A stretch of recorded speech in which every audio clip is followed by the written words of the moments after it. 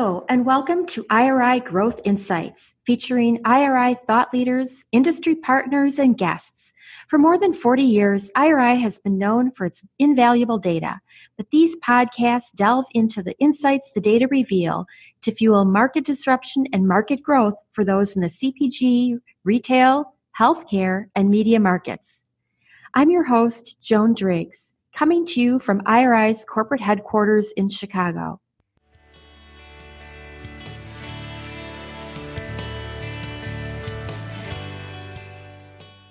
Hello, and welcome to another episode of IRI Growth Insights.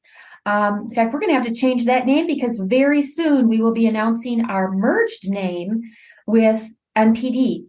For now, I'll just refer to NPD and IRI. So as I continue to learn about NPD, I've had the really good fortune of meeting some incredible and insightful people. And today I'm joined by Kristen McLean, Executive Director, Business Development, and Industry Analyst across entertainment, but with a special focus on books.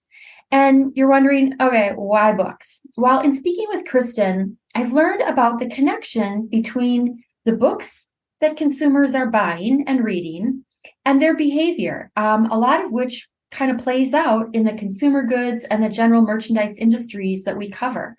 So welcome, Kristen. Thanks. It's great to be here. Yeah. So in talking about I want to get into more of consumer demand as revealed by books. So if you could tell us, just start off, what books tell us about consumer behavior? How did you come to this conclusion or make this connection? So, when you stop to think about it, books are really just ideas wrapped up as a trade object, right? They're very unusual compared to other general merchandise goods in that, if someone is trying to solve a problem or is looking to research something or is interested or aspiring to do something, they often will buy a book as part of that process.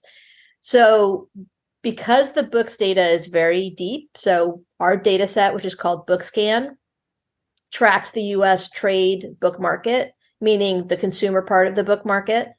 And we see a lot of books flowing around the United States. So in the print part of the market, we see about 13 to 14 million units a week flowing around in our data.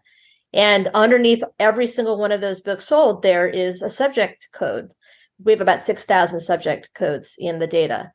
So that means that, in addition to just saying we sold X number of books this week, or we sold this many books in Cincinnati, we can actually say, well, hey, cookbooks in a particular category are up this week. People are really interested in this form of cooking or this form of entertaining. Or we can say, hey, it looks like people are a little worried about their finances right now because we're seeing books about personal finance spike.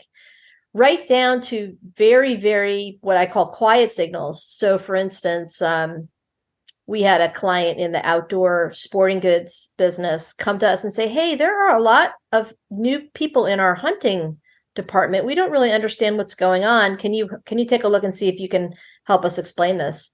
And we were able to go into the data in the sporting goods category under hunting and fishing and discover that there was a spike of books going on about dressing your own game. And it wasn't actually hunting season when this was happening, but it was during the acute period of the spike in food prices last year.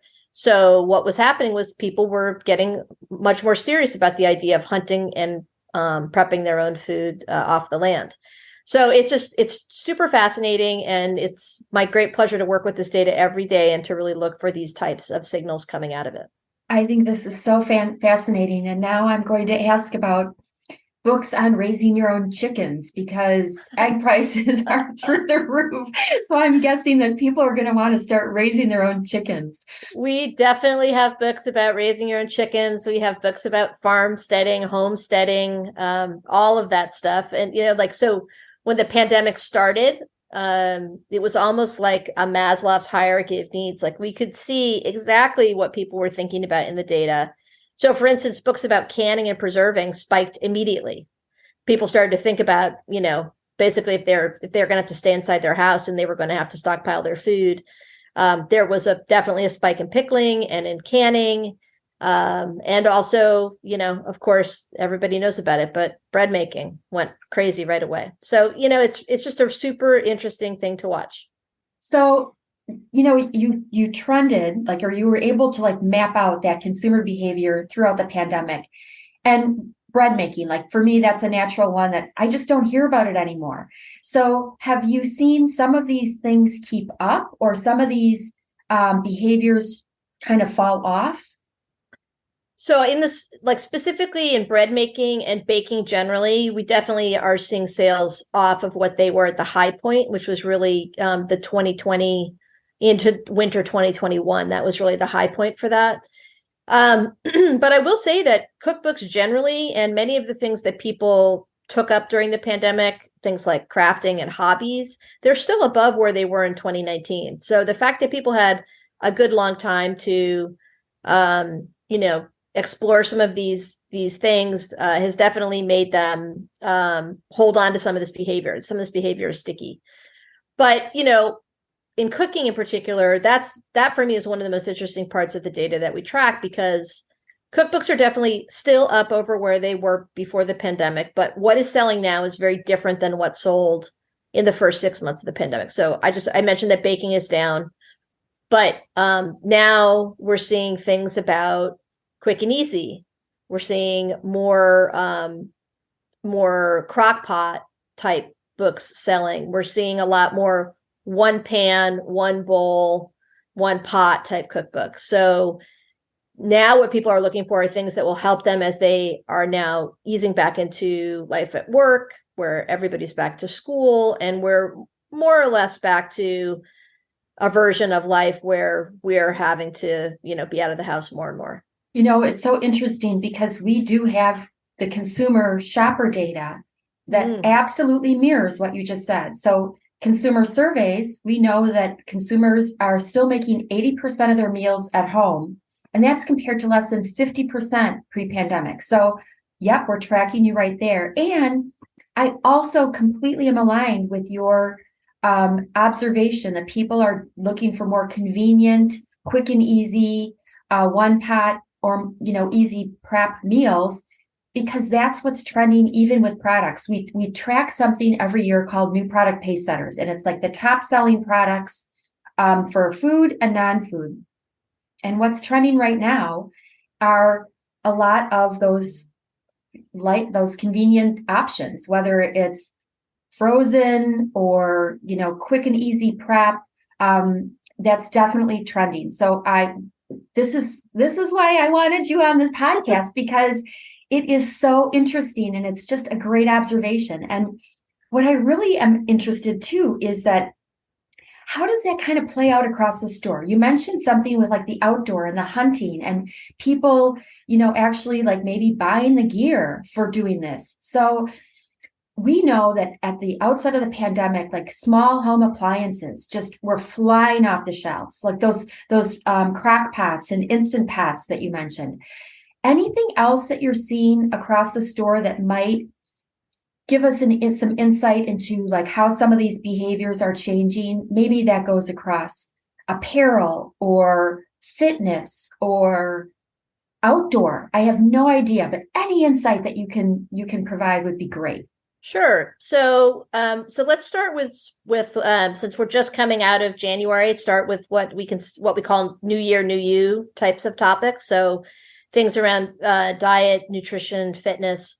So one of the most interesting things, our books allow us to see both what is on the uptick and also what's on the downswing. So New Year, New You categories in books is one area where we've been seeing an incremental decline since 2018 in these sales of these books. And I think that what's been happening when we line that up and look at some data from our sporting goods and apparel categories is that during the pandemic, we saw, I think, a transition of a lot of this behavior to digital platforms. So people who are stuck at home bought Pelotons, bought Mirror Fitness, connected with training online. They had to figure out how to do a lot of this at home. And also we saw an uptick in wearables. So things related to the Apple Watch and Apple Health and sneaker programs and all that. And so I think that this is a case where we're actually seeing a transition from more of a traditional book-based reference behavior to a digital behavior. And we see a lot of corollary data around that bears that out. But in other areas of the store, so here's another example that I just stumbled across yesterday. One of the highest growth areas in the cookbook, the cooking category in Q4 was baby food. So books related to baby food. And when we took a look at the titles that were driving that, why that was growing, we found that there is a really interesting trend among young mothers towards something called baby-led weaning, which is basically feeding your baby rather than going to baby food, right? So an intermediate step of like pureed baby food, going right from milk and formula to solid foods. And so these are, so there's a whole movement. It's TikTok driven largely, but not entirely, to give babies full meals in appropriate sizes for them. But that has driven a whole lot of interest in books having to do with appropriate foods for this particular type of weaning. So that's really interesting to me. Should be interesting to anybody who makes baby food also, potentially, Yeah. right? Oh, for sure. Yeah. Yeah. And you know what? I believe it. There's like so many little gadgets too for making baby food at home, little mills and things like that. And part of it is it's also it's more affordable, I'm sure, for many if you have the time.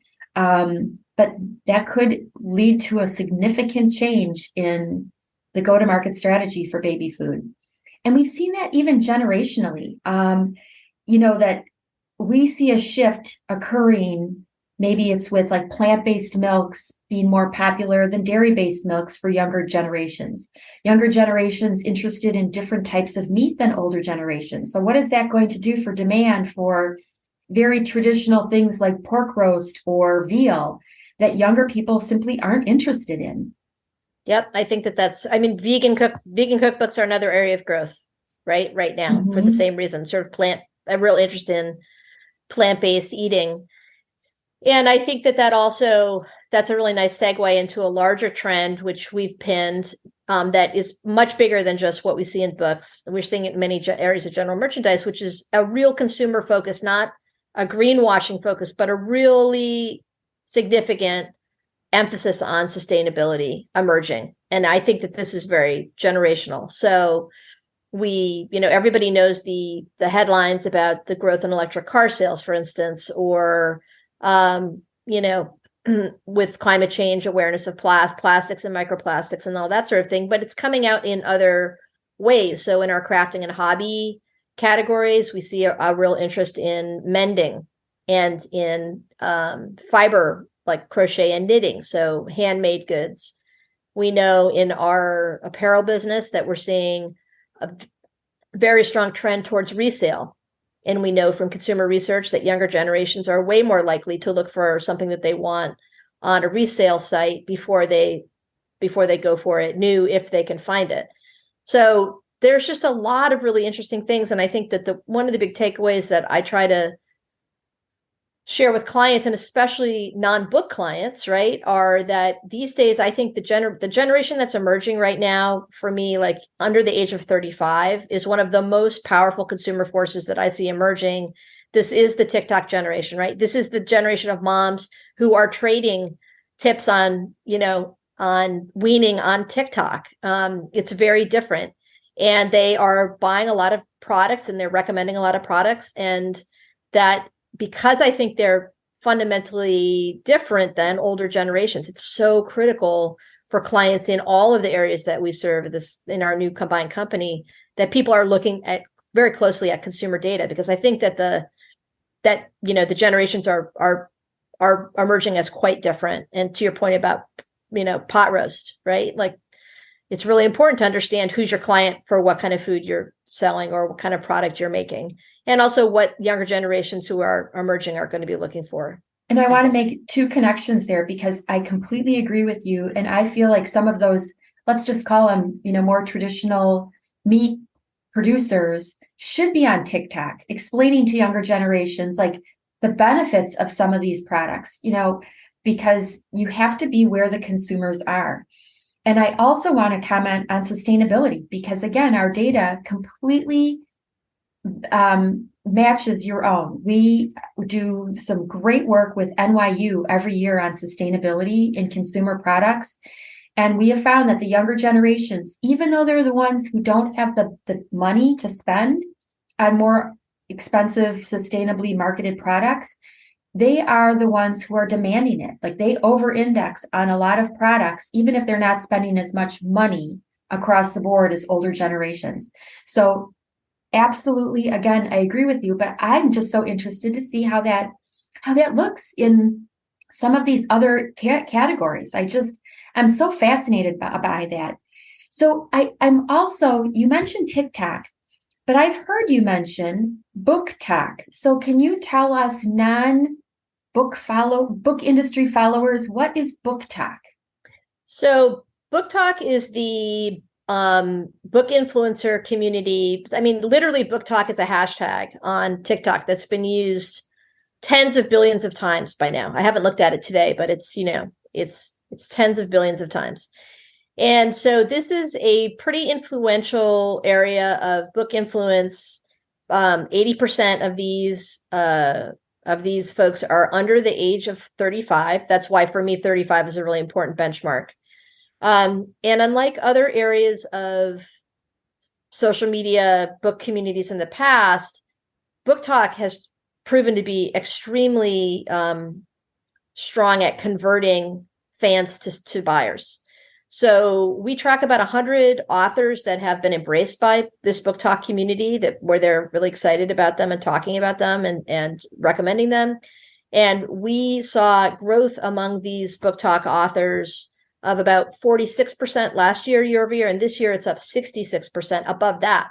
So the growth in this list of authors and in this community, the sales that are coming through here are really pretty amazing. And they're so strong that it was really the only area of growth in the US book market last year, because the year before was one of our biggest years on record. So we were comping against very difficult sales to match in 2022, but yet fiction, which is the majority of that, is coming from this Book Talk community.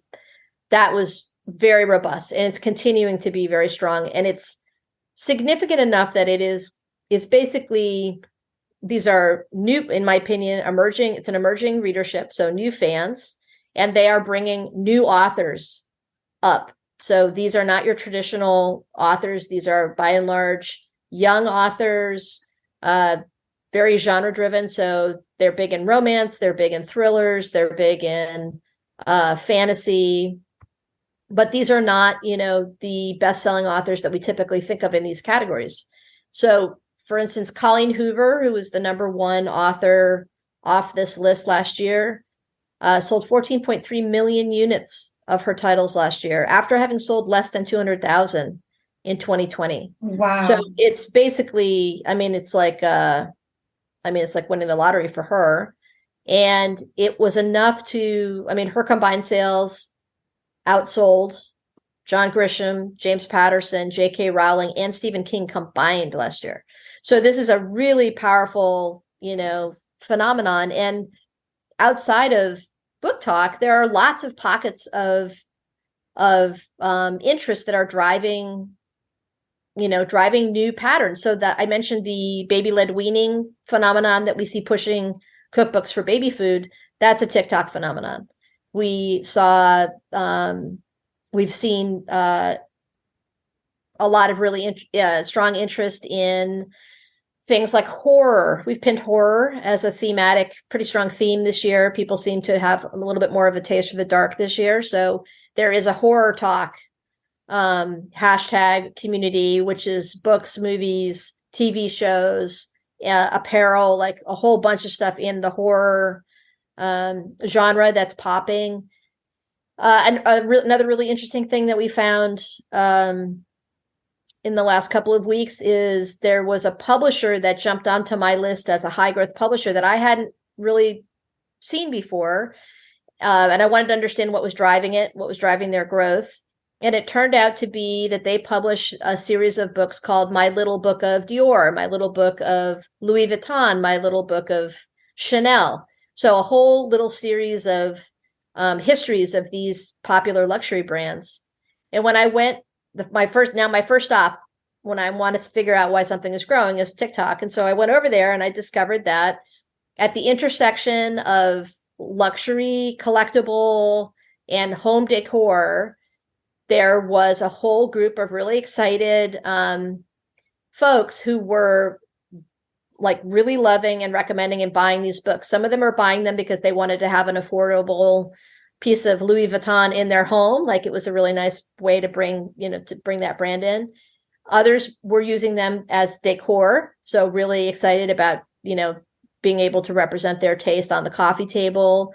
Some of them were gifting them. There was a lot of talk about where they got them and how they were using them. And then there was a whole fashion collectibles piece of it. So anyway, it was pretty robust, and it was touching multiple types of merchandise. So it was fashion, it was books, it was aspiration, it was luxury. And that's totally outside of Book Talk. That's just another phenomenon. And so, yeah, these days, if I see something growing, I almost always go check TikTok first to see what's going on. So interesting. And so I'm thinking of two things. First, with like the little book of, that speaks to me of the opportunities that are still available for premium goods, particularly in my space of consumer products, that there's still pockets where even though premium was really driving a lot of growth throughout the pandemic, and now inflationary pressures are putting a damper on that, there's still pockets where people want to treat themselves. And frankly, overall, consumer products are a little more affordable. And the other is, as you were talking about things like horror, or again, these luxury name brands, I'm thinking of like licensing opportunities. I can't really see, I'm not really doing a great job of envisioning how horror would come out as a licensing opportunity, but I bet there is. And I bet you see a lot of correlation with licensing. For sure. Yeah. I mean, that's another thing that's really interesting about our books database, is because it's one of the deepest sources of licensing data that we have. So we listen for about 3,000 licenses in this data. We find in any given week about 500 licenses attached to books that sell out through the market. And some of those are adult licenses. Many of them are juvenile licenses. So so we are able to see also new licenses hitting the market or interesting licensing deals that are coming. On the horror front, I mean, I think there's all kinds of opportunity for horror licensing. I mean, the most obvious being maybe apparel, but then there's games, and there's like home goods, decorative stuff. And, you look at the success of a show like Wednesday, for instance, on Netflix, and what happens when you cross kind of the goth aesthetic with humor. Like there's just a lot of things that could be done there. And that's another thing that we really enjoy watching and flagging in our data, because we have a lot of licensors who work with us specifically because we have the ability to actually track licenses on a weekly basis, almost in real time. So it's pretty cool. That is so awesome. So as we wrap up, I just want to kind of touch on a couple of the things that you mentioned. And first of all, that books are the idea market, and that you are truly tracking consumer behaviors, consumer interests through books. And I just think that there's so much insight to be gained from that across all of the industries that we cover and beyond, of course. Again, so excited about it. I am fascinated by your ability to track all the behaviors throughout the pandemic and see what's still trending, maybe not as dramatically, but still far higher than pre-pandemic, as well as some of the things that really hit their peak and are kind of sliding off. And of course, I'm so happy to hear personally that things associated with the consumer products market are still very robust. I think it's interesting too that you even talked about how some of these behaviors or some of these interests are more aligned with digital, like the digital connection than actual paper books. So that's interesting. And of course, the generational piece, talking about the power of these younger consumers, particularly thanks to TikTok, thanks to the influencers on TikTok. And I'm a big supporter of some of the things that interest them, including, thrift and sustainability and upselling. But that there's still room for some luxury in there, some pampering, because we're all worth a little something like that. I will say they're an aspirational group, right? So I think that that's really interesting to me to see what is interesting to them. And they also have a great sense of humor and they love creative new things. So yeah, it's all going to be super fascinating to watch them continue to act on the market, I think. Yeah. So one last thing for listeners, Kristen McLean will be speaking at our Growth Summit in March in Las Vegas.